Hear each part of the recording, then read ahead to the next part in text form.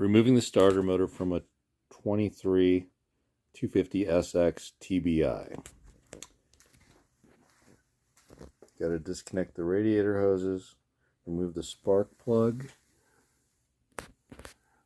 and the bottom two engine mounts.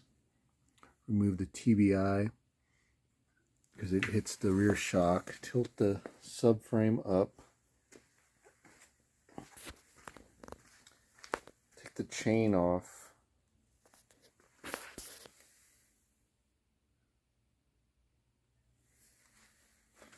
And then you can get it high enough to slide the starter motor out.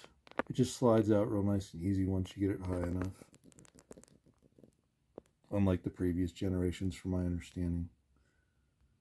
So if I put a piece of wood about there, one on the bottom, it'll hold it right where you need it. And you can see the spark plug hole right there at the top.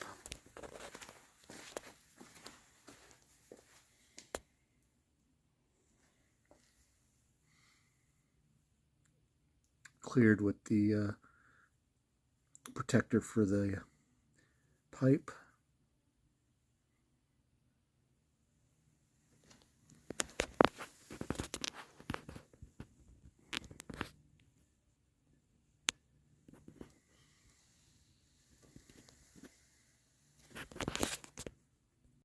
The Bendix was also removed. You don't have to pull the flywheel to pull out the Bendix. You just have to take out those bolts, and then the Bendix just can be wiggled out of there. And I just have the magnets holding it in place from the stator. But you don't have to remove the flywheel.